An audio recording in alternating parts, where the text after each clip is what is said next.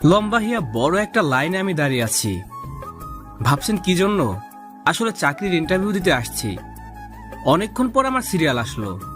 বিসমিল্লাহ বলে ভিতরে গেলাম। Hi sir. High madam. Hello. এখানে এসে বসো। স্যার প্রশ্ন করলো।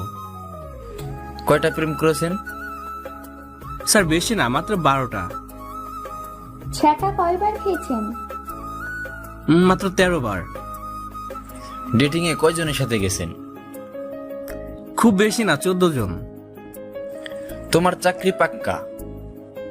সত্যি বলছেন স্যার? সত্যি। ইয়াহু, আমার চাকরি হয়ে গেছে। আমি এমন করে চিল্লানি দিলাম। হঠাৎ আম্মু এসে বলল, কি রে, আজকে স্বপ্নের মধ্যে হয়তো চাকরি খুঁজতে গেছিলি? হুম। আজকেও ইন্টারভিউ দিলি নাকি?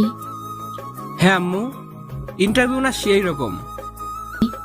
বাবা, এসব ইন্টারভিউ তোর আমার জন্য না, এখানে পৌঁছাতে অনেক টাকা লাগে। আচ্ছা আম্মু, কেন আল্লাহ আমাদের বড়লোক করলো না? বাবারে, গরিব বলে আজ একটু শান্তিতে ঘুমাতে পারছিস। যে দেখ, যার যত টাকা তার তত চিন্তা। আম্মু, তোমার শরীর ঠিক আছে তো? চোখ মুখ কেমন যেন হয়ে গেছে। হ্যাঁ রে বাবা, আমি ঠিক আছি, তুই চিন্তা করিস না। এবার উঠে পড় আর ব্রাশ করে নে। উঠতাছি। তারপর আম্মু চলে গেল আর আমিও উঠে পড়লাম। ব্রাশটা হাতে নিয়ে বাইরে চলে এলাম। ব্রাশ করতে করতে চলেন পরিচিত হয়নি। আমি হলাম আরিয়ান, বাবা মায়ের একমাত্র ছেলে। এবার ইন্টার প্রথম বর্ষ। লেখাপড়ার পাশাপাশি ছোট্ট একটা জব করি। আমার মা বাসায় কাজ করে আর বাবা, আমার যখন 15 বছর বয়স তখন আমার বাবা দুনিয়ার মায়া ত্যাগ করে চলে গেছেন। আর তখন থেকে সংসারের হাল আমি ধরেছি। আমাদের কোনো স্থানীয় বাসা নেই, থাকি বস্তিতে। বাকিটা গল্পের মধ্যে জানবেন। মুখ ধুয়ে ভিতরে গেলাম। এখানে বস, আমি খেতে দিচ্ছি। আজ কলেজে যাবি? না আম্মু, এই ঝালমাখা ভাত খাবেন, সেজন্য আজ ওভারটাইম করে বাজার করব। সবার বাবা মা তাদের ছেলের ভবিষ্যৎ গড়ে দেয়, আর আমি নষ্ট করতেছি। আরে আম্মু, কি বলছো? আমার ভবিষ্যৎ আমি করে নেব ইনশাল্লাহ। তোর বাবার স্বপ্ন ছিল আমার ছেলে কখনো কাজ করে খাবে না। এক টুকরো কিছু রেখে যায়নি। আর বললেই হলো। একথা শুনে আম্মু মুখে কাপড় দিয়ে চলে গেল। আমি কিছুই বুঝলাম না। আমি কি কিছু ভুল বলেছি? আমি খেয়ে দিয়ে বেরিয়ে পড়লাম। ভাবছেন নিজের মায়ের কাছে কেন গেল না? আসলে গেলেও কোনো লাভ নাই। আমি এর আগে অনেকবারই মানে জানতে চেয়েছি, কিন্তু প্রতিবার ফেল হয়েছি, তাই চলে আসছি। রাস্তা দিয়ে হাঁটছি, হঠাৎ দেখলাম কয়েকজন লোক মিলে একজনকে আচ্ছা মতো মারতেছে। আমি কাছে গেলাম। এ কি, এরা তো রনি। রনি আমার খুব ভালো বন্ধু, কিন্তু ও পুলিশে চাকরি করে। আমি গিয়ে মারামারি করে রনিকে বাঁচালাম। ধন্যবাদ বন্ধু। তবে ওরা মারতে চায় কেন? আসলে ওদের দলের লিডার মানে সালমানকে আমি অ্যারেস্ট করেছি, সেজন্য ওরা আমায় মেরে ফেলতে চায়। ওহ, এজন্য পুলিশের চাকরি খুব খারাপ। চল থানায়, সেখানে বসে কথা হবে। আরে আমার কাজ আছে। আরে চল না বেটা। কিন্তু কোনো কিন্তু না, চল থানায় বসে গল্প করব, তারপর তোর বাসায় যাব। ওকে। আমি পড়লাম মহাচিন্তায়। রনি আমার বাসায় যাবে। ওরা পুলিশ মানুষ, ভিআইপি খাবার ছাড়া ওরা খায় না। আর আমার বাসাতে তো কোনো কিছুই নাই, কেমনে কি করি? এই যে মিস্টার, এত চিন্তা কিসের? কারো প্রেমে টেমে পড়লে নাকি? প্রেম? আবার আমার? কেন রে, তুই কি মানুষ না, নাকি তোর মন প্রাণ নেই? সব আছে, কিন্তু আজকের দিনে প্রেম করতে যেটা লাগে সেটা হলো টাকা। এই জিনিসটা আমার নাই। একদম ঠিক বলেছিস, টাকা ছাড়া আজকের দিন প্রেম নাই। তারপর রনির সাথে থানায় গেলাম। আচ্ছা দোস্ত, তুই আর্মিতে তো যেতে পারবি, তোর বডি স্বাস্থ্য ডপ একদম পারফেক্ট। ইচ্ছে তো আছে, কিন্তু অনেক টাকার দরকার হয় যে। আমি আছি কি করতে, তার জন্য আমি কিছু একটা করব। এরকম আরো কিছুক্ষণ আড্ডা দিলাম। তারপর আমার বাসার উদ্দেশ্যে রওনা হলাম। আমার বাসায় তো ঝালমাখা ভাত ছাড়া কিচ্ছু নেই, কিন্তু চিন্তায় পড়লাম। হঠাৎ রনি গাড়ি থামালো। কিরে কি হলো, থামলি কেন? তুই বস, আমি একটু আসি। তারপর রনি বাজারের ভিতর থেকে ব্যাগে করে কিছু একটা আনলো। কিরে এগুলা? তুই দেখে নে। হিয়া বড় মাছ, তরকারি। আরে তুই এসব কেন করলি? দেখ বন্ধু, শুধু ডাকার জন্য হয় না, মনের ব্যথা বোঝার জন্য হয়ে থাকে। আমরা গরিব হতে পারি, কিন্তু আমি তোকে সাহায্য করছি না, বরং উপহার দিচ্ছি। আমি নিতে চাইলাম না, কিন্তু রনি জোর করলো। তারপর রনিকে বাসায় নিয়ে গেলাম। পুলিশ বাবু, আমার ছেলেকে ধরে আনছেন কেন? ও কি আবার মারামারি করছে? হ্যাঁ আন্টি, আর আমার প্রাণ বাঁচিয়েছে। মানে? আম্মু, ওর নাম রনি, আমার খুব ভালো বন্ধু। এসো বাবা, বসো। না আন্টি, এগুলো ভিতরে নিয়ে চলেন। আরিয়ান, এসব কি? আরে আম্মু, ও জোর করে এগুলো আনলো, আর ওনাকে আমাদের এখানে তোমার হাতের রান্না খাবে। হ্যাঁ আন্টি, খারাপ ভাববেন না প্লিজ। হুম। তারপর আমরা তিনজন মিলে রান্না করে মনের আনন্দে খাওয়া দাওয়া করলাম। এভাবে দিনটা রনির সাথেই কেটে গেল। পরের দিন সকালে কলেজে যাওয়ার জন্য বের হলাম। আম্মু, আমি কলেজে গেলাম।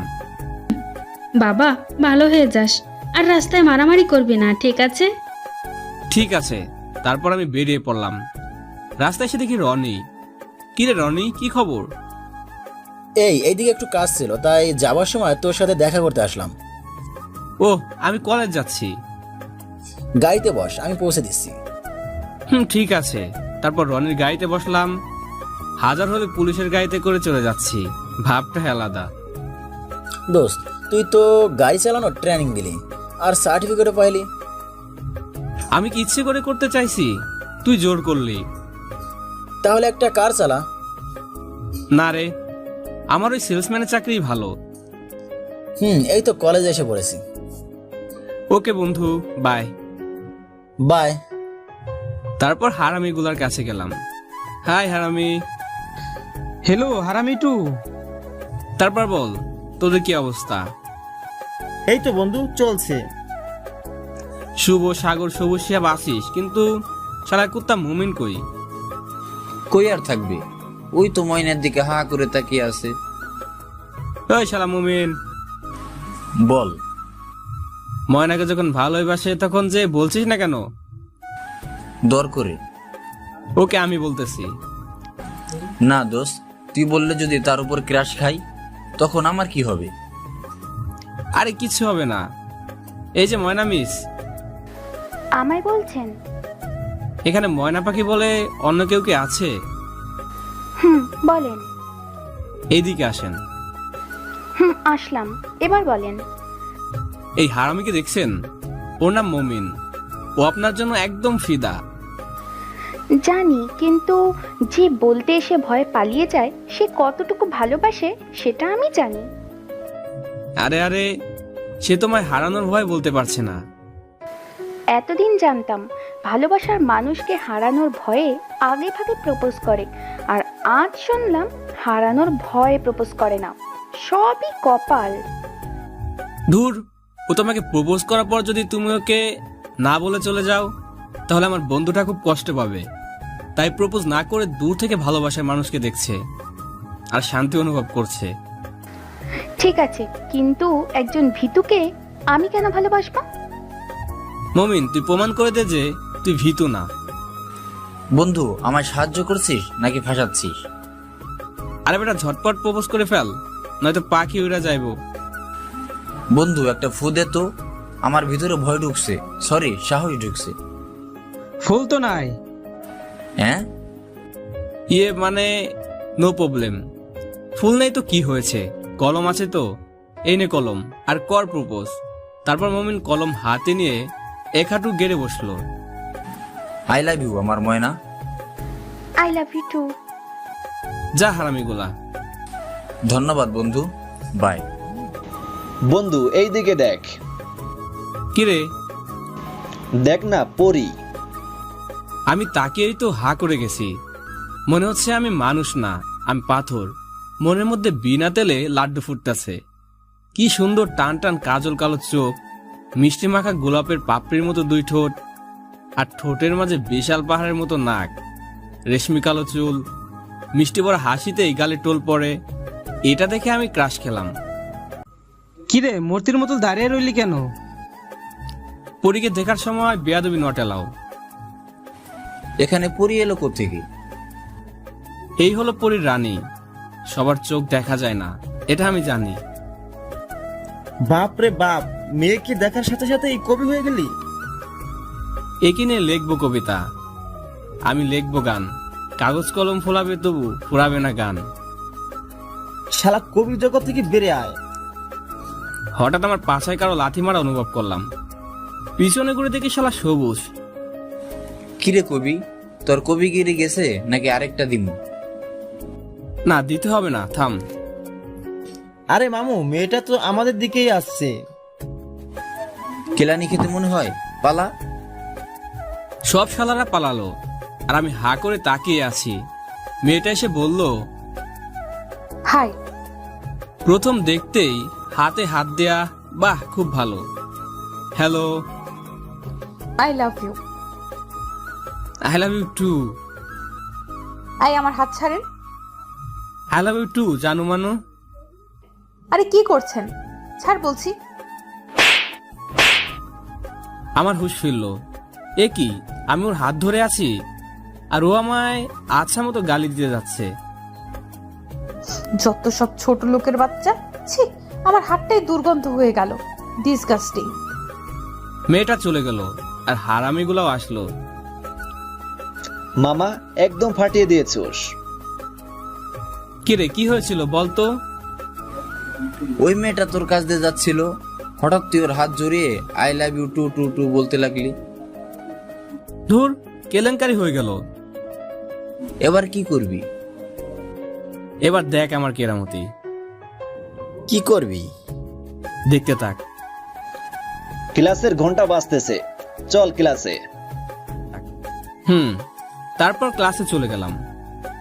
কোন স্যারের ক্লাসে? রফিক স্যারের। বাপ রে বাপ, কাম সারছে। রফিক স্যারকে দেখে কলেজে সবাই ভয় করে। দোষ সাধু হয়ে যা। তারপর স্যার আসলো। স্যার আসা মাত্র ওই মেয়েটা দাঁড়িয়ে গেল যার হাত ধরে আমি টানছিলাম। বলো মিতু। তার মানে ওর নাম মিতু ডাইনি? স্যার, আজ আমার একটা ছেলে হাত ধরে টানাটানি করছে, এমনকি কিস করার চেষ্টাও করেছে কলেজের সবার সামনে। কি? কে সেটা? ওই তো ওই ছোট লোকের বাচ্চা। আরিয়ান দাঁড়াও। আমি তো শেষ, না জানি আজ কি হবে। হ্যাঁ স্যার বলেন। মিতু কি বলছে, এটা কি সত্যি? স্যার, ওকে কি জিজ্ঞেস করতেছেন? শাস্তি দেন। স্যার আমার কথাটা শুনেন। তখনই মাঝখানে সজীব নামে একটা ছেলে দাঁড়িয়ে গেল। স্যার, আমি নিজ চোখে দেখেছি মিতুকে সবার সামনে হাত ধরে টেনে কিস করতে চেয়েছিল। না স্যার, এটা মিথ্যা কথা। স্যার, এদের দলের লিডার এই ছোট লোক, এরাও সাথে ছিল। আমি তো অবাক হলাম। যখন একটা ঘটনা ঘটে তখন সজীব আসেনি, আর কি বলছে এসব? স্যার তখন তো সজীব ছিল না। স্যার দেখেন, বাঁচার জন্য এখন কত রকমের মিথ্যা বলে। না স্যার, আমি সত্যি বলতেছি। চুপ করো। অপরাধ করে আবার বড় বড় কথা, ছোট লোক কোথাকার। মিতু তুমি শান্ত হও, আমি দেখতেছি। আরিয়ান, এসব কি? হ্যাঁ স্যার, আমি এখন কেমন করে কলেজে মুখ দেখাবো? শান্ত হও মা। আমার কিছু বলার নেই। আমি গরিব বলে কেউ আমার হয়ে কথা বলে না। স্যার আমায় মাফ করে দেন, আর এমন ভুল হবে না। প্রথমবারের মতো মাফ করব, তবে এখানে এসে 10 বার কান ধরে উঠবস করো। কিন্তু স্যার। একদম ঠিক। কি আর করব, পুরো ক্লাস মিটুর দিকে, কারণ সে বড় লোকের মেয়ে। স্যারের পাশে যে কান ধরে 10 বার উঠবস করলাম। তারপর ক্লাস শেষ, মন খারাপ করে বাইরে চলে এলাম। হঠাৎ পিছন থেকে বলল, কি রে ছোট লোকের বাচ্চা, কেমন দিলাম? তোর সাহস কত বড়, তুই একটা ফকিরের ছেলে আমার গায়ে হাত দিস? বন্ধুদের ভালোবাসার খুব জোর, তাই না? আমি তোর এমন অবস্থা করব যে তুই ভাবতেও পারবি না। আমি কিছুই বললাম না। মনটা খুব খারাপ লাগলো। ক্যান্টিনে গিয়ে বসলাম। তখন শিহাব, সবুজ, সাগর আসলো। মেয়েটার খুব অহংকার। ওর অহংকার হবে না কি তোর হবে? এই শহরের বিশিষ্ট বিজনেসম্যানের একমাত্র মেয়ে। বাদ দে তো, ওরা বড় লোক, ওদের ক্ষমতা অনেক। তারপর বাকি ক্লাস আর করলাম না, বাসায় চলে আসলাম। কি রে বাবা, আজ চলে এলি যে? এমনি আম্মু। বল কি হয়েছে? আম্মু, আমরা গরিব বলে কি সব জায়গায় নির্যাতিত হব? হ্যাঁ বাবা, গরিব সবার দুশ্মন, কেউ দেখতে পারে না। কিন্তু কি হয়েছে বলবি তো? কলেজে একটা বড় লোকের মেয়ে আছে, খুব অহংকার। ও, এটা সবারই থাকে। তুই ওদিকে মন দিস না, যে তোর সব থেকে বড় শত্রু হবে, সময় ঠিক সেই তোর সব থেকে কাছের মানুষ হবে। হুম।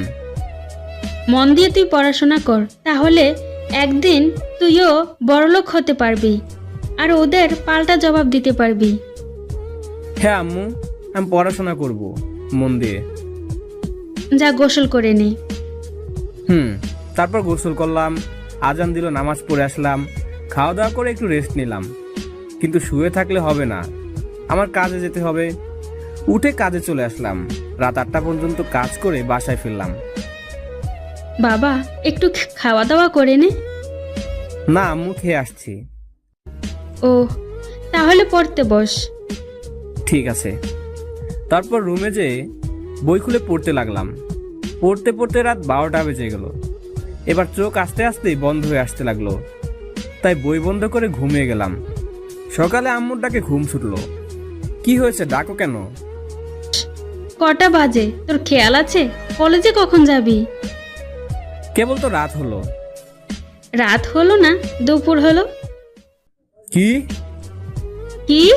না জি, ঘড়ির দিকে একবার তাকিয়ে দেখ। আমি ঘড়ির দিকে তাকিয়ে তো অবাক। ক্লাস শুরু হতে আর মাত্র 5 মিনিট সময় আছে। তাড়াহুড়ো করে বিছানা থেকে উঠে মুখে ব্রাশ দিয়ে এপার এক ঠেলা আর ওপার এক ঠেলা, ব্যাস হয়ে গেল মুখ ধোয়া। ব্যাগটা নিয়ে দৌড় দিলাম। আরে খেয়ে তো যা। না আম্মু, প্রথম ক্লাস খুব ইম্পর্টেন্ট, মিস করলে সর্বনাশ হবে। যা, ভালো হয়ে যাস কিন্তু। ওকে আম্মু। তারপর উড়াধুরা দৌড় দিলাম কলেজের মুখে। হঠাৎ করে কারোর সাথে ধাক্কা খেলাম। সে আমায় তুলেই ঠাস ঠাস করে দুগালে দুটা চর বসিয়ে দিল। তারপর বলল, ছোট লোকের বাচ্চা, তোর কত বড় সাহস! সরি মিতু, আমি ইচ্ছা করে করিনি। কি, তুই আমার নাম ধরার সাহস কই পেলি? ক্লাসমেটকে তো নাম ধরে ডাকতে হয়। তোর মতো ফকির নিয়ে আমার ক্লাসমেট? ছি ছি, দূরে সরে দাঁড়া, গা থেকে পচা গন্ধ বের হচ্ছে। ওয়াক! দেখুন মিস, আমরা গরিব বলে কি আমরা মানুষ না? কি, তুই আমার মুখে মুখে তর্ক করিস? হ্যাঁ করলাম, কি করবেন? দেখ কি করি। সজীব, আয় সজীব। হ্যাঁ মিতু, বলো। এই ছোট লোকের বাচ্চাকে আচ্ছা মতো ধুলাই করো তো। মিতু কথা বলার সাথে সাথে সজীব আমার নাক বরাবর ঘুষি মারলো। আমি ছিটকে একটু দূরে গিয়ে পড়লাম। বিনা অপরাধে কেউ আমায় মারলো, আমার খুব রাগ ওঠে। শুধু আমাকে না, যে কাউকে বিনা অপরাধে মারলে আমার মাথা গরম হয়ে যায়। এবার তাই হলো। হাট মুড বুঝে সজীবের গাল বরাবর আমিও ঘুষি দিলাম। সজীব ঝুলনা সামলাতে পেরে মৃত্যুর পায়ের কাছে গিয়ে পড়লো। এবার আমাদের মারামারি দেখে স্যার এসে গেল। স্যারকে আসা দেখেই মৃত্যু শুরু করলো তার অভিনয়। স্যার, স্যার আমায় বাঁচান, ওই গুন্ডাটা আমার ইজ্জত নষ্ট করতে চায়। কি বলছো? হ্যাঁ স্যার, আমি কলেজে আসছিলাম, হঠাৎ গেট দিয়ে এসে আমায় ধরে আমার জামা কাপড় খুলতে চেয়েছিল। এটা দেখে সজীব আমাকে বাঁচাতে আসে, আর এখন ওই গুন্ডাটা তাকেও মারছে। আমি তো একদম ফুল আবুল হয়ে গেছি। মেয়েরা এত অভিনয় কেমনে করে? আরিয়ান। জি স্যার, এসব মিথ্যা কথা। আর কত মিথ্যা বলবে তুমি? স্যার আমায় বিশ্বাস করুন, আমার কোনো দোষ নেই। স্যার, ওই ছোট লোকের কথা শুনবেন না। স্যার, এরা আমায় ফাঁসাচ্ছে। হ্যাঁ ভাই, স্যার আমায় থাপ্পড় মারলো, আমি গালে হাত দিলাম। স্যার বিশ্বাস করেন, নয়তো এই আশেপাশে অনেক ছাত্রছাত্রী ছিল, তাদের জিজ্ঞাসা করেন। এই, তোমরা কি আরিয়ানকে মৃত্যুর কাপড় খোলার চেষ্টা করতে দেখেছো? আমি ভাবলাম হয়তো এদেরও ছিল আমি বাঁচবো এই মিথ্যা অপবাদ থেকে, কিন্তু ঘটনা উল্টা ঘটলো। হ্যাঁ স্যার দেখেছি। আমি তো শেষ। আল্লাহ, এরা কয় কি? এত বড় সত্যিকে এত বড় মিথ্যা বানিয়ে দিল। কি আরিয়ান, জি স্যার। কি বললো সবাই? স্যার আর হবে না। সবার কাছে হাত জোর করে মাফ চাও। আমি হাত জোর করে বললাম, সরি বন্ধুরা, আমায় মাফ করবেন। চোখের পানি মুছে ওখান থেকে চলে আসলাম। সব দুঃখের সুখ পাওয়ার জন্য জায়গা নাকি বন্ধুর কাছে। সেজন্য আমার দুঃখ নিবারণ করার জন্য বন্ধুদের কাছে গেলাম। আমি ওদের পাশে বসতে যাব তখনই, চল সবুজ। চল। এই তোরা কই যাস? শোন। কারো কোনো পাত্তা নেই। সবুজ শোন না। সরি ভাই, আমরা খারাপ তো খারাপই থাকি, আর আপনার মতো এত ভালো ছেলের দরকার নেই। আরে কি হয়েছে তোদের? শোন। পায়ে ধরি প্লিজ, আমাদের ডিস্টার্ব করবেন না। আমি বুঝলাম না এদের আবার কি হলো। শালা বন্ধুরাও বিপদে পাশে থাকে না। আমি মন খারাপ করে বটের গাছের গোড়ায় বসলাম। তখন কিরে, কেমন লাগছে? তুই হ্যাঁ, তোর সব থেকে বড় শত্রু। এখানে কি চাস? কিচ্ছু না, কিন্তু কিছু শোনাতে আসছি। আমার মুড ভালো নেই। তোর দুঃখের সময় তোর বন্ধুরাও তোর পাশে নেই। আহা। আমার বন্ধুরা সবসময় আমার পাশে থাকবে। না, আর কখনো থাকবে না। তুই কেমনে বলতে পারছিস? কারণ আমি নিজেই তোর বন্ধুদের মধ্যে ঝাল ছিটিয়েছি। আহা। কি? জি, মিস্টার ফকিরের ছেলে। কেন করলি এসব? তুই আমার ডার্লিং এর গায়ে হাত দিছোস। ডার্লিং? ও, ওই অহংকারী মৃত্যু। ইয়েস, সেই দিন ক্লাসে তোকে কেস খাওয়ালাম। আমি ভাবছিলাম হয়তো তুই ভালো হয়ে যাবি, কিন্তু না, তুই আরো খারাপ হচ্ছিস। আমি কি করলাম? এখন থেকে আমি কি করব সেটা দেখ। আমার বন্ধুদের কি করেছিস? বেশি কিছু না, শুধু আমার নতুন সিম থেকে তোর সব বন্ধুদের মেসেজ দিয়েছি আর বলেছি যে আমি আরিয়ান, আর এটা আমাদের গোপনীয় নাম্বার। তারপর ব্যাস ইচ্ছা মতো বকলাম, অনেক খারাপ কথাও বললাম। তোর বন্ধুদের কাছ থেকে তোর প্রতি বিশ্বাস তুলে নিলাম। হা। তোকে আমি ছাড়বো না। এখন তোকে ইউজ করে আমি মৃত্যুর বিএফ হব, আর তারপর শহরে টপ বিজনেসম্যান। হা। সত্যি কতদিন বালি চাপা দিবি? একদিন না একদিন ঠিক বেরিয়ে আসবে। ততদিন আমি মৃত্যুর সমস্ত সম্পত্তির মালিক হব। আমি সব মৃত্যুকে বলবো। যা যা, এক্ষুনি বল, আমি তো এটাই চাই। Okay dear, by. সজীব চলে গেল। আমি ভাবছি এখন আমি কি কিছু করতে পারবো না, কারণ আমার কাছে কোনো প্রমাণ নেই। আর কেন করব? যে আমায় অপমান করে, অবহেলা করে, ঘৃণা করে, তার জন্য আমি কেন করব এসব ভাবছিলাম। কলেজে সবাই আড্ডা দিতে ব্যস্ত, কেউ প্রেম করে, কেউ আবার মেয়ে পটায়, কিন্তু আমি একা। পুরো কলেজ আমার বিপক্ষে। আমি কি অপরাধ করেছি যে সবাই আমার সাথে এমন করে? গরিব হওয়া কি এতই অপরাধ? কষ্টে বুকটা ফেটে যাচ্ছে। তখনই পাশ থেকে, হাই, হ্যালো। আমি হলাম রিয়া। ও, আমি আরিয়ান। কলেজে সবাই আমার বিরুদ্ধে। জানি। আর আপনি কেন এখানে এলেন? ধরে নিতে পারো আমি তোমার পক্ষে। হাহা, হাসালেন। গরিবের পক্ষে কেউ থাকে না। যান, চলে যান। শুনো, কলেজের সবাই তোমার বিপক্ষে কেন বললো জানো? আমি গরিব বলে? হ্যাঁ, রিয়ার বাবা এই কলেজে ওদের সবার খবর দেন। ওহ, আচ্ছা চলো, ক্লাসের সময় হয়ে গেছে। তারপর ক্লাসে চলে গেলাম। ক্লাসে ঢুকে বন্ধুদের পাশে বসতে যাব, তখন দেখলাম আমি যেখানে বসতাম সেখানে সজীবকে বসিয়েছে। কি আর করার, কিছু না বলে সবার পিছনে গিয়ে বসলাম। তারপর ক্লাস করে বাসার দিকে চললাম। গেট দিয়ে বেরিয়ে হঠাৎ পিছন থেকে মৃত্যু ডাকলো। আমি শুনেও না শোনার ভান করে হাঁটতেই থাকলাম। এই ছোট লোকের বাচ্চা, কথা কানে যায় না? আমি এবার থামলাম। মৃত্যু এসে কথা না বলেই আষ্টাস করে 3টা লাগিয়ে দিল। আমি তো কিছুই বুঝলাম না কি হলো। আমায় মারলেন কেন? কেন মারলাম জানিস না তুই? জানি না বলেই তো বলছি। আমি এটাই ভাবছি, তোকে এত অপমান করার পরেও তুই কোন সাহসে আমায় লাভ লেটার দিস? কি লাভ লেটার? এমন ভাব করছিস যেন কিছুই জানিস না, ছোট লোকের বাচ্চা। আমি তো কিছুই বুঝতেছি না। একটু পরেই সব বুঝে যাবি। মানে? স্যারের কাছে বিচার দিলে শুধু একটু বকেই ছেড়ে দেয়, সেই জন্য আজ আমি তোর বিচার করব। দেখেন, আমি কিছু করিনি। তখন পাশ থেকে সজীব মুচকি মুচকি হাসছে। আমার বুঝতে বাকি রইল না যে এটা সজীবের কাজ। আমি সজীবের দিকে তাকিয়ে হঠাৎ পিছন থেকে এসে আমার ঘাড়ে কি যেন একটা আঘাত করলো। আমি দূরে যেয়ে দাঁড়ালাম। তারপর পিছন ফিরে দেখি কয়েকজন গুন্ডা হাতে বাঁশ নিয়ে দাঁড়িয়ে আছে। আমার তো রাগ উঠে গেল। তোরা কি পুরুষ নাকি মহিলা? ওদের একজন। চল দেখা যাক কে পুরুষ আর কে মহিলা। পুরুষ হলে আমাকে সামনে থেকে আক্রমণ কর, আয়। তারপর শুরু হলো মারামারি। ওরা 3-4 জন ছিল, সেজন্য একটু সহজেই পেরে উঠলাম।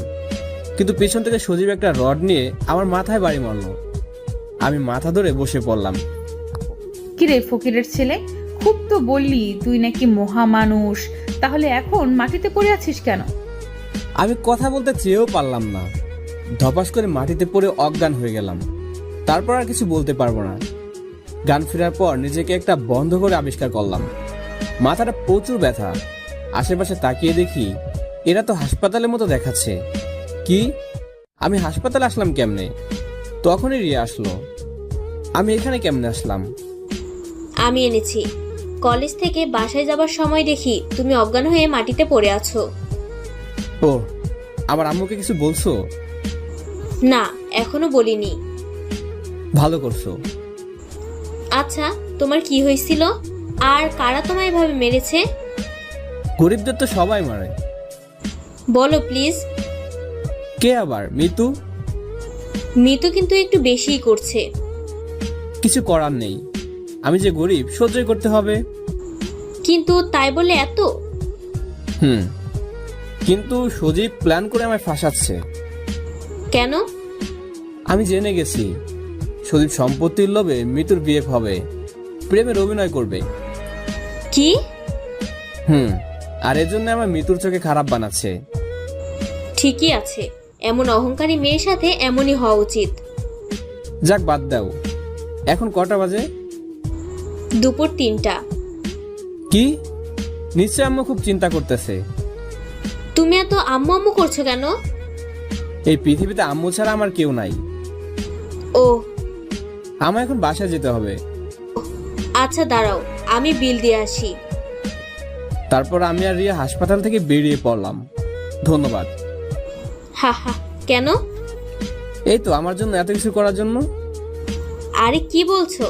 বন্ধুর জন্যই তো বন্ধুই করবে। তোমাকে দেওয়ার মতো সামর্থ্য আমার নেই, তবে কোনোদিন যদি বিপদে পড়ো শুধু একবার হলে আমায় ফোন করবা। বিপদে পাশে থাকা বন্ধুটাই সব থেকে বড় উপহার। আচ্ছা বাই, আমার এদিক দিয়ে যেতে হবে। বাই, কাল কলেজে দেখা হচ্ছে। তারপর বাসায় চলে আসলাম। দরজা খুলে ভিতরে গেলাম, যে দেখি আম্মু বসে আছে। আম্মু, কি করছো? কই ছিলি এতক্ষণ? হ্যাঁ, না, বন্ধুদের বাসায়। আম্মুকে বলা যাবে না, নয়তো আম্মু আরো ভেঙে পড়বে। এ কি, তোর মাথায় ব্যান্ডেজ কেন? আরে আম্মু, ওটা তেমন কিছু না। বল। বন্ধুদের সাথে ফুটবল খেলছিলাম, হঠাৎ পড়ে যেয়ে একটু কেটে যায়। একটু কাটলে কি কেউ ব্যান্ডেজ লাগায়?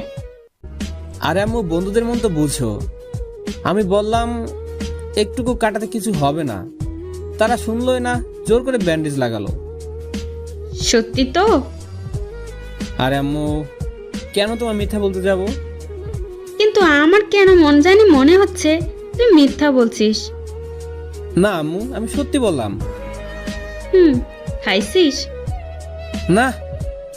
কি, বন্ধুদের বাসায় গেছিস অথচ খেতে দেয়নি? মানে হ্যাঁ, দিয়েছে, কিন্তু তোমার হাতে না খেলে আমার পেট ভরে? বলো। আচ্ছা চল। তারপর আম্মুর সাথে খেয়ে নিলাম। খাওয়া দাওয়া করে কাজে চলে গেলাম। কাজে যেতে আজ একটু দেরি হয়ে গেছে। কিরে আরিয়ান, আজ দেরি হলো কেন? সরি বস, আসলে একটা অ্যাক্সিডেন্ট হয়েছিল, সেজন্য। ওহ, যা কাজে মন দে। আমি কাজে লেগে গেলাম, মন দিয়ে কাজ করে যাচ্ছি। হঠাৎ, কিরে ছোট লোকের বাচ্চা, এখানে কি করছিস? হো, সেলসম্যান, একটা দোকানের সেলসম্যান। দেখেন, এটা কলেজ না, এটা বাজার। বাজার বলে কি তুই বড়লোক হয়ে গেছিস? ফকির কোথাকার। তোদের মতো ছোট লোকের বাচ্চাদের এটাই ঠিক চাকরি। আমি কথা না বলে চলে যেতে লাগলাম। এই ছোট লোকের বাচ্চা, তোর সাহস কি করে হয়? আমি এখানে কথা বলছি আর তুই চলে যাস? দেখেন, এখানে আপনার কথা শুনতে আসিনি, এখানে আমি কাজ করতে আসছি। কি? আমার মুখে মুখে তর্ক? তারা এটা কলেজ না যে স্যারকে বলে আমায় বকা শোনাবেন। দেখবি আমি কি করতে পারি। তোকে চাকরি থেকে এক্ষুনি তাড়াতে পারি। রিজিকের মালিক আল্লাহ। তোর পটর পটর কথা হইছে। দাঁড়া। এই ম্যানেজার, ম্যানেজার, এই ছোট লোকের বাচ্চাকে এক্ষুনি চাকরি থেকে তাড়িয়ে দাও। এখানেও কি আপনার বাবার হুকুম চলবে? চুপ কর তুই। বড়লোক হয়েছে বলে কি সবার সাথে সব জায়গায় নির্যাতন করবে? গালে হাত দিয়ে হা হয়ে গেলাম। জানিস আমি কে? সরি ম্যাডাম, আসলে নতুন তো সেজন্য। আমি এই মার্কেটের মালিকের একমাত্র মেয়ে। সরি ম্যাডাম, মাফ করবেন। এই ছোট লোকটাকে এক্ষুনি এখান থেকে বের করো, হয়তো তোমার চাকরি যাবে। Okay madam. এই আরিয়ান, তুমি যাও, আর তোমার কত বেতন হবে সেটা নিয়ে নিও, আর কোনোদিন কাজে আসবে না। আমি আর কিছু বললাম না, বেতনটা নিয়ে চলে আসলাম। আমার চাকরি গেছে, এটা আম্মুকে বলা যাবে না, আর তাই এই মুহূর্তে বাসায় যাওয়া যাবে না। কিন্তু কোথায় যাব? হ্যাঁ, রনির কাছে যাব। যেই ভাবা সেই কাজ। টং টং হাঁটতে হাঁটতে পুলিশ স্টেশনে চলে গেলাম। কি রে, হঠাৎ এই সময় মন খারাপ করে? আমি যে রনির সামনের চেয়ারটায় বসলাম। কি রে, কথা বলিস না কেন? ভাই রে, আমি শেষ। কেন, কি হয়েছে বলবি তো? আমার জীবনে একটা শাকচুন্নি এসে সব শেষ করে দিচ্ছে। লাভ কেস নাকি রে? লাভ মারাচ্ছে। ও তো আমায় দেখতেই পারে না। আচ্ছা, আমায় পুরনো ঘটনা খুলে বলতো। তাহলে শোন, আমি রনিকে সব বললাম। হ্যাঁ? তুই হাসছিস? হাসিও পাচ্ছে, আবার কষ্টও হচ্ছে। হুম তাহলে হাত ধরা থেকে এসব শুরু? হুম মেয়েটা খুব অহংকারী, তবে তবে কি? এই মেয়েটাই তোর বউ হবে। কি বলছিস? পাগল হলি নাকি? আমি ঠিকই বলছি। যে মেয়েটা আমায় দু চোখে দেখতে পায় না, সবসময় দেখে ঘৃণা করে, সে আমার বউ, কোন দুঃখে হবে? হবে হবে, এরকম কাহিনী আমি অনেক শুনেছি। প্রথমে ঘৃণা, তারপর ভালো লাগা, আর তারপর আসল কেস। মজা করা বাদ দে। তখনই বাইরে থেকে একটা বৃদ্ধ লোক বলল, আসতে পারি সাহেব? হ্যাঁ, আসেন। সাহেব, আমার নাম রহিম মিয়া। হ্যাঁ বলেন, কি সাহায্য করতে পারি? আমার একটা মেয়ে আছে, তার নাম নীলা। আজ কলেজে যাওয়ার সময় কারা যেন ওকে কিডন্যাপ করে, আর এখন আমায় ফোন করে অনেক টাকা চায়। আমি গরিব মানুষ বাবা, এত টাকা কই পাবো?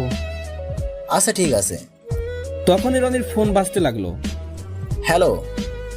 ওপাশ থেকে ইয়েস স্যার। ওপাশ থেকে কি বলছে বোঝা যায় না। Okay sir. কি রে, কার ফোন? হাইকমান্ড এখানে আসছে, আর তাকে নিতে আমায় যেতে হবে। কিন্তু এ আঙ্কেলের কেন? সেটাই তো ভাবছি। হ্যাঁ, পাইছি। কি? তুই যা আঙ্কেলের সাথে। আমি? হ্যাঁ, তুই আমার চেয়েও মারামারি বেশি পারিস। কিন্তু প্লিজ না করিস না। ওকে। এক কাজ কর, আমি একটা এখানকার অফিসারের কার্ড তোকে দিচ্ছি, তোর যেটাই সাহায্য লাগবে নিতে পারিস, আর আমার বাইকটাও নিয়ে যা। ওকে। তারপর রনি একজন অফিসারের কার্ড আমায় দিয়ে দিল। আমি আঙ্কেলকে নিয়ে বেরিয়ে পড়লাম। আঙ্কেল যে নম্বরে কল দিছিল সেটা কে আছে? হ্যাঁ আছে বাবা। এখনই ওই নম্বর বের করেন। এই তো বাবা। আমি কন্ট্রোল রুমে ফোন দিলাম। হ্যালো, কন্ট্রোল রুম বলছি। আমরা কিভাবে সাহায্য করতে পারি? ম্যাডাম, আমি থানা থেকে অফিসার শফিক বলছি। হ্যাঁ বলুন স্যার। আমি একটা নম্বর বলছি, এই মুহূর্তে কোথায় আছে বলতে পারবেন? হ্যাঁ অবশ্যই। 0131604235। জি স্যার, এই মুহূর্তে সাভারে গণবিশ্ববিদ্যালয়ে অবস্থান করছে। ধন্যবাদ। ওয়েলকাম। তারপর আমি আঙ্কেলকে নিয়ে সেখানে পৌঁছে গেলাম, কিন্তু সেখানে একটা পিঁপড়াও নেই। তবে কি ভুল জায়গা বললো? কিন্তু এটা কি করে হতে পারে? কন্ট্রোল রুম কখনো মিথ্যা বলে না।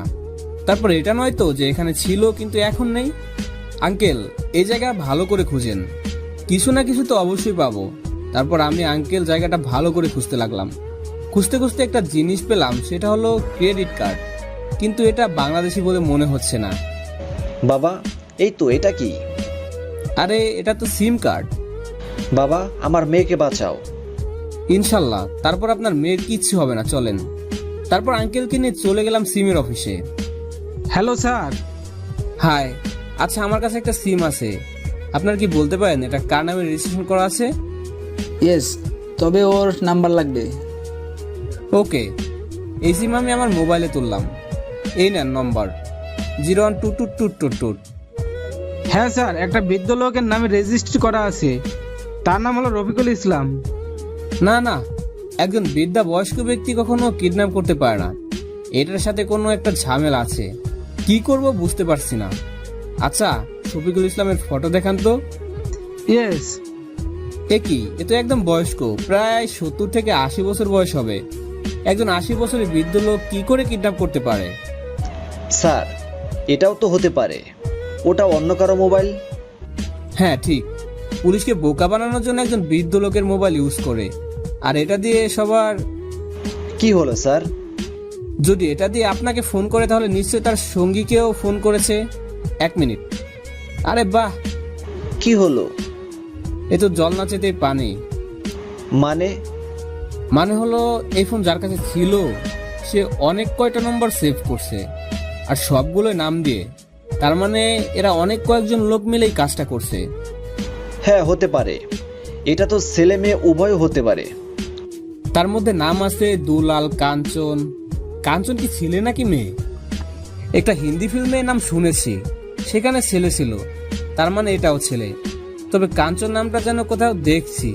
কোথায় কোথায় মাথায় চুলকাতে চুলকাতে পায়চারি করতে লাগলাম। হ্যাঁ, ক্রেডিট কার্ড। আমি ক্রেডিট কার্ড বের করে দেখি, হ্যাঁ এখানেও কাঞ্চনের নাম। আচ্ছা ম্যাডাম, এই কাঞ্চনের নম্বরটা একবার চেক করবেন তো। ইয়েস। আঙ্কেল চিন্তা করবেন না, সব ঠিক হয়ে যাবে। স্যার, এই নাম্বার এখনো চালু আছে, আর ওরা একটা বাগানের মধ্যে আছে। সেই জায়গার নাম কি? কোলাকাটা বাগান, সবাই সেটাকে কাটাবাড়ি বলে। সেটা আবার কোথায়? এখান থেকে বেশি দূর না। কাটাবাড়ি, কাটাবাড়ি। স্যার, এই ক্রেডিট কার্ড আপনি কোথায় পেলেন? এটাই কাঞ্চনের, মানে আসামির? এই কার্ড তো ইন্ডিয়ান। মানে? হ্যাঁ, এটা শুধু ইন্ডিয়াতে ব্যবহার হয়। আপনি কি ঠিক বলছেন? হ্যাঁ, একদম। এই দেখেন সব ডিটেলস। তারপর সে আমার সব ডিটেলস দেখালো। ইন্ডিয়ান কার্ড এখানে কেন? যেটা শুধু ইন্ডিয়াতেই ব্যবহার হয় সেটা বাংলাদেশে কেন আনবে? আবার ইন্ডিয়ান নামের সাথে মিল কিছু একটা তো অবশ্যই আছে। স্যার, প্লিজ আমার মেয়েকে বাঁচান। চলেন।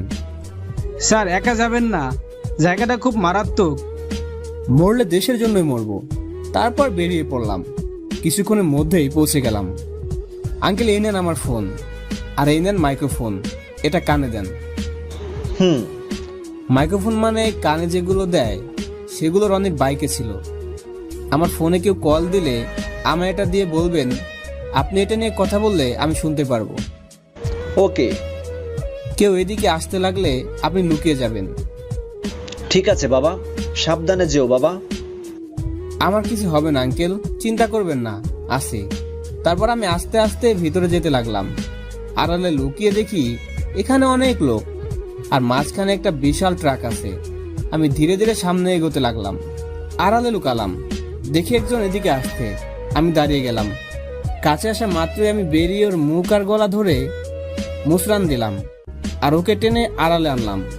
কারণ এতগুলোর সাথে লড়তে হলে আমার অস্ত্রের প্রয়োজন হবে, আর এদের কাছে অনেক অস্ত্র।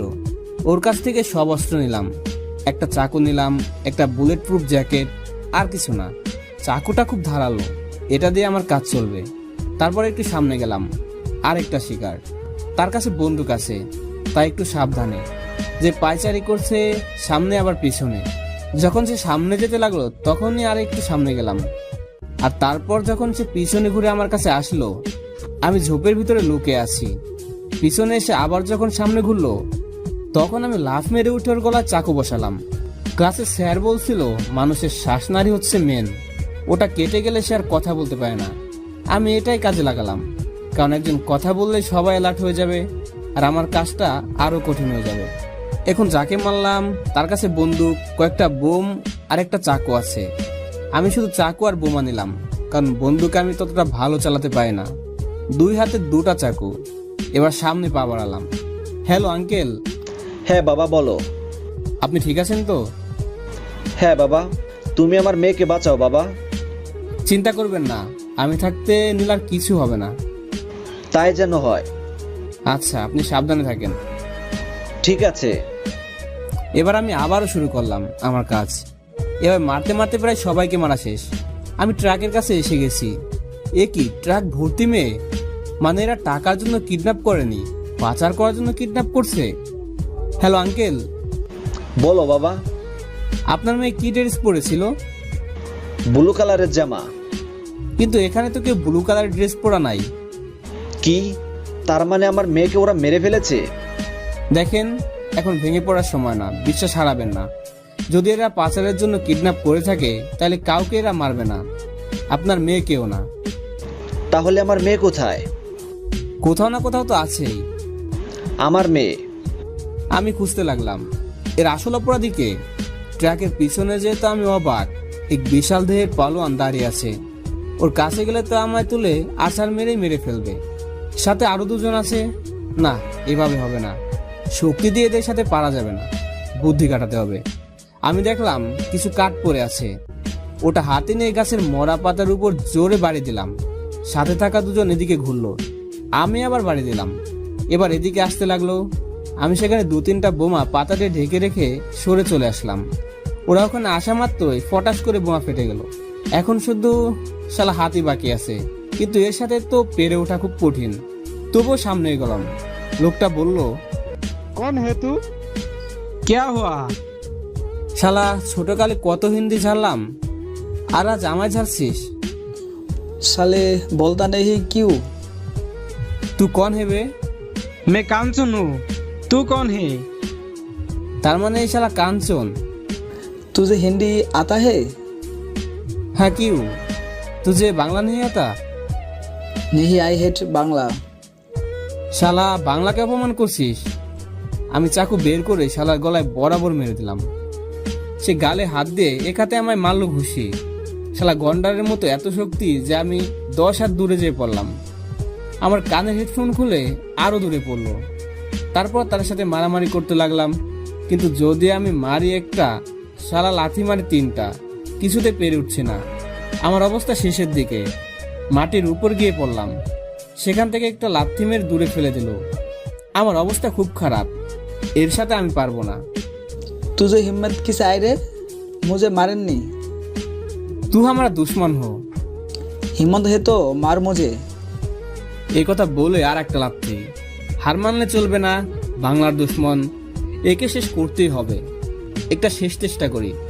আমি এবার ঝোপের ভিতরে হারিয়ে গেলাম আর সেখানে কিছুক্ষণ বসে থাকলাম। এরপর গাছে উঠলাম। ওখানে গাছের লতি ধরে সোজা এসে কাঞ্চনের ডান হাতের সিনায় চাকু বসিয়ে দিলাম। আরেকটা চাকু হাতে নিয়ে বাম হাতে সিনায় দিলাম। এবার কাঞ্চন মাটিতে বসে পড়ল। এরপর আচ্ছা মতন কাঞ্চনকে ঘুষণও শুরু করলাম। একটা গাছের ডাল নিয়ে শালা গন্ডারকে মারলাম। এক পর্যায়ে সে আহত হলো। পাশে দেখলাম একটা রশি পড়ে আছে, আমি ওটা দিয়ে কাঞ্চনকে বেঁধে ফেললাম। আমি বসে পড়লাম। সারা শরীর থেকে রক্ত বের হচ্ছে। আর তারপর আমি হেডফোন হাতে নিয়ে বললাম, আঙ্কেল আছেন? আপনার মেয়েকে খুঁজে নেন। আঙ্কেল এসে ট্রাকের ভিতর সব মেয়েদেরকে বের করলো। বাবা, আমার মেয়ে এখানে নাই। কি বলছেন? ভালো করে দেখছেন তো? হ্যাঁ। তাহলে কোথায় রাখতে পারে? এই মেয়েরা, তোমরা কি একটা ব্লু কালার ড্রেস পরা মেয়েকে দেখছো? তখন একটা মেয়ে বলল, হ্যাঁ স্যার, এই হারামজাদা তাকে অন্য কোথাও রাখছে। আমি কাঞ্চনকে ডেকে ঝুঁকে ঝুঁকে জ্ঞান ফেরাইলাম। এই বল, নীলা কই? हम तो उसको मार डालेंगे। আগে এ তো বাতা, নীলা কাহা হে? আচ্ছা, আমি বাংলা দিয়ে বলতেছি। না, আমি জানি না। তুই কিডন্যাপ করছিস অথচ তুই জানিস না? বলে দিলাম এই ঘুষি। না, আমি জানি না। এবার আমি একটা চাকু বের করে ওর পায়ে দিলাম। উফ, বল নীলা কোথায়? বলছি বল। ওই ঘরে আছে। আঙ্কেল চলে গেল। আচ্ছা এটা বল, তুই নীলাকে কিডন্যাপ করলি পাচার করার জন্য, আবার নীলার বাবার কাছ থেকে টাকা চাইলি কেন? আমি ওকে কিডন্যাপ করিনি, ওকে কিডন্যাপ করছে রাশেদ। রাশেদ? হ্যাঁ রাশেদ, তার বাসা বাংলাদেশেই। আমাদের ইন্ডিয়া 100টা মেয়ের বাজেট হয়েছিল, কিন্তু একটা বড় শর্ট পড়ছে, সেজন্য আমরা রাশেদকে মেরে ওকে নিয়ে আসছি। ও আচ্ছা। আমাকে ছেড়ে দিন প্লিজ। দেবো, তবে সারা জীবনের জন্য। আমাকে মেরেন না প্লিজ। বাহ, তুই তো ভালোই বুঝোস।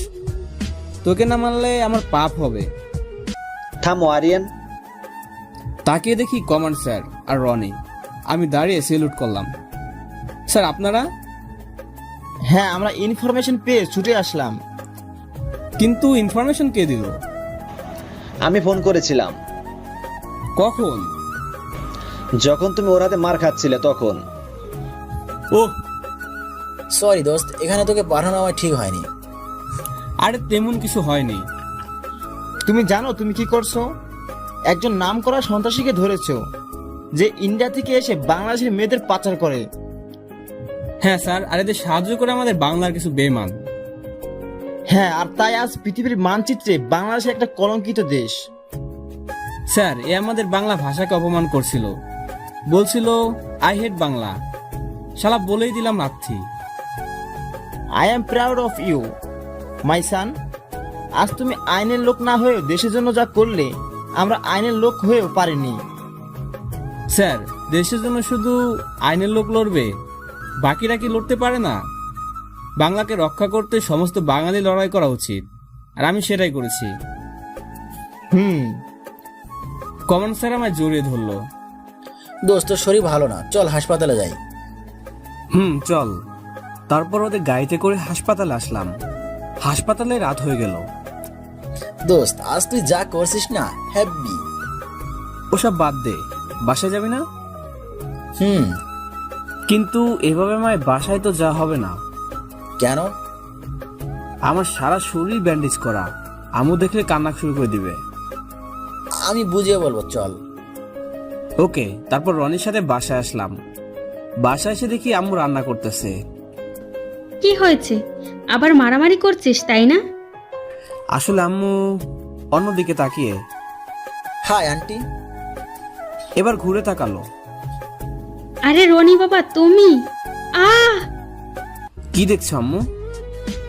তোর চোখে মুখে ব্যান্ডেজ কেন? কার সাথে মারামারি করছিস বল? আম্মু ওসব কিছু না। কতগুলো কেটেছে দেখি দেখি, এদিকে আয়। রনি কিছু বল না। আন্টি আমি বলছি। ও মারামারি করছে আর তুমি ওকে আমার কাছে আনছো? জেলে কেন ঢুকাওনি? আম্মু ও আজ যা করেছে তার জন্য জেল নয়, মেডেল পাওয়া উচিত। মানে কি করেছে আমার ছেলে? আজ আপনার ছেলে 100টা মেয়ের ইজ্জত প্রাণ দুটাই বাঁচিয়েছে। সত্যি তো? হ্যাঁ, নিজের জীবন বাজি রেখে এসব করেছে। বাবা, এতদিন ভাবতাম মারামারি করার জন্য তুই একদিন জেলে যাবি, কিন্তু আজ মারামারি করেই তুই এতগুলো মেয়েকে বাঁচালি। তোর কোনো ক্ষতি হয়নি তো? আরে আম্মু না, একটু খাবার দাও তো, ঘুমাবো।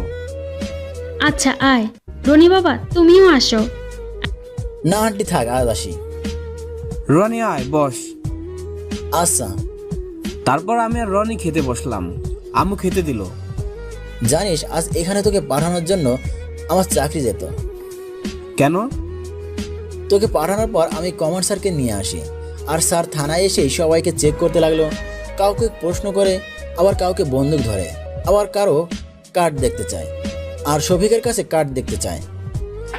শফিকের কার্ড তো আমার কাছে। তারপর আমায় ধরে। কি আর করার, সত্যিটা বলতে হলো। এরপর কন্ট্রোল অফিসে, সেম অফিসে, সব অফিসে ফোন করে, আর ওরা তোর কথা বলে। তখন আমি একটু চিন্তামুক্ত হয়েছিলাম। তারপর ওই নীলার বাবা তোর ফোন থেকে আমায় ফোন করে। ও, হাইকমান্ড স্যার তোর এই কাজ দেখে খুব খুশি হয়েছে। ভালো। তারপর খাওয়া দাওয়া শেষ করে রনি চলে গেল, আর আমি ঘুমিয়ে গেলাম। শরীর খুব ব্যথা করছে, সেজন্য তাড়াতাড়ি ঘুম চলে আসলো। সারা রাতটা কোন দিক দিয়ে পার হলো টেরই পেলাম না। সকালে আম্মুর ডাকে ঘুম ভাঙলো। আরিয়ান, এই আরিয়ান, বলো। কলেজে যাবি না বাবা? যাব। উঠে ফ্রেশ হয়ে খাবার খেয়ে নে। তুমি? আমার কেমন যেন হচ্ছে। আম্মু, তুমি ঠিক আছো তো? হ্যাঁ বাবা, ঠিক আছি। রাতে একটু ঘুম কম হয়েছে, সেজন্য ঘুম আসতেছে। ও, তারপর উঠে ফ্রেশ হয়ে খাবার খেলাম আর কলেজের দিকে রওনা হলাম। কলেজে যে শুরু হলো। কলেজে আসা মাত্রই আয় ছোট লোক, এদিকে আয় তো। হ্যাঁ বলেন। আমার জুতায় কি যেন ফুটছে। তো আমি কি করব? কি করবি আবার? তোদের কাজ করবি? মানে? আমার জুতা পরিষ্কার করে দিবি। কি বলছেন? এর জন্য তোকে টাকা দিব। দেখেন, আমরা গরিব হতে পারি, কিন্তু টাকার ফকির না। আরে টাকার ফকির তো আপনারা। ছোট লোকের বাচ্চা, তোর এত বড় সাহস আমার মুখে মুখে কথা বলিস? হ্যাঁ বলেছি। তুই জানিস তোর মতো ছোট লোককে আমি মনে করলে টাকা দিয়ে মাটি দিতে পারি? শোনেন, টাকার লোভ গরিবদের নাই, আপনাদেরই আছে। আর তাই আপনারাই লিখে দিন। কুত্তার বাচ্চা, তোকে আজ আমি। মিতু জুতা খুলে আমায় মারতে আসছে, এমন সময় পিছন থেকে রিয়া এসে মিতুর হাত ধরে নিল। মিতু, কি করছিস? পাগল হলি নাকি? জানিস এই ছোট লোক আমায় অপমান করে, আমার মুখে মুখে কথা বলে। তাতে কি হয়েছে? তুই তো আর ওকে কম অপমান করিস না। একদিন ও করলো তাতেই তুই এত রেগে গেলি? রিয়া, যা সত্যি তাই তো বললাম। তুই এই ছোট লোকের সাপোর্ট করছিস? তুই আমার বন্ধু নাকি এই ছোট লোকটার? আমি তোরই বন্ধু। চল, ক্লাসের সময় হয়ে যাচ্ছে। এই ছোট লোকের বাচ্চা, একদিন তোকে এই টাকার আমার পা ধরাবো, জেনে রাখিস। দেখা যাবে। তারপর সোজা ক্লাসে যাব। এমন সময় সজীব এসে সামনে দাঁড়ালো। কিরে ছোট লোক, কি খবর? আমার পথ ছাড়। ছাড়বো না, কি করবি কর। দেখ সজীব, রাগ উঠাস না। সজীব আমার ঘাড় ধাক্কা দিয়ে বলল, কি করবি রে তুই? হ্যাঁ, কি করবি ছোট লোক কোথাকার? এবার আর থেমে থাকতে পারলাম না। হাতের মুঠ মুজে দিলাম সজীবকে ঘুষি। তারপর মারামারি আরম্ভ। আমাদের মারামারি দেখে কলেজে সবাই চলে এলো, এমনকি মিতুও এলো। সব থেকে অবাক করার বিষয় হলো, মিতু আসা মাত্রই সজীব মিতুর কাছে চলে গেল। মিতু, আমায় বাঁচা, এই গুন্ডা আমায় মেরে ফেলবে। এই ছোট লোকের বাচ্চা, তোর এত বড় সাহস আমার বন্ধুকে মারিস? দেখেন, ওকে আমি কিছু করিনি। ও আগে আমার। ছোট লোকের বাচ্চা, ও তোমার ইজ্জত নষ্ট করার প্ল্যান করেছিল। এমন সময় আমি ওটা শুনে ফেলি আর আমি ওকে বাধা দেই। তারপর আমায় বলে, মিতুর জন্য তোর এত ফাটতেছে কেন? ও তোর কে হয়? তখন আমি বলি, মিতু আমার সব, ওর কোনো ক্ষতি আমি হতে দিব না। আর তারপর আমায় মারতে লাগে। কি ছোট লোক, তোর এত বড় সাহস আমায় নষ্ট করার প্ল্যান করিস? সত্যি আমি কিছু করিনি, এসব মিথ্যা। মিথ্যা, তাই না? মিথ্যা। তোদের মতো ছোট লোকের তো চরিত্রের ঠিক নাই, তোরা যা তা করতে পারিস। দেখেন, আমার যা বলবেন বলেন, কিন্তু আমার চরিত্র নিয়ে কিছু বলবেন না। আমার চরিত্র ভালো বলে এখন আর প্রতিবাদ করিনি। কি করবি তুই? হ্যাঁ, কি করবি? যত সব ছোট লোক। করলে অনেক কিছু পারবো, কিন্তু গরিব বলে চুপ থাকি। দেখ এবার আমি কি করি, তোকে জেলের ভাত খাওয়াবো। ক্রিমিনালের খাতায় একবার নাম উঠলে আমার স্বপ্ন আর কোনোদিন সত্যি হবে না। আমি কোনোদিন আর্মি হতে পারবো না। না, এমন করবেন না প্লিজ। কেন, একটুতেই শেষ? প্লিজ আমার নামে কেস দিবেন না, তাহলে আমার অনেক বড় ক্ষতি হবে। তাই? হ্যাঁ, আমায় মাফ করে দেন। তাই দিতে পারি, তবে আমার পা ধরে ক্ষমা চাইতে হবে। ইম্পসিবল। ওকে, তাহলে জেলের ভাত খা। আমি রাজি। আর কি করার স্বপ্ন বাঁচিয়ে রাখার জন্য তুমি মিতুর কি আর করার স্বপ্ন বাঁচিয়ে রাখার জন্য মিতুর পা ধরলাম। মিতু পা ছিটকান মেরে দূরে ফেলে দিল। ছি, আমার পা দুর্গন্ধ হয়ে গেল। এই কথা শুনে কলেজে সবাই হাসতে লাগলো। সুদীপ সুযোগ পেয়ে হাত মেরে দিল। মিতু, আমায় মাফ করে দাও। আরে তুমি মাফ চাচ্ছ কেন? আমি তোমায় ভালোবাসি, এটা সবাই জেনে গেল।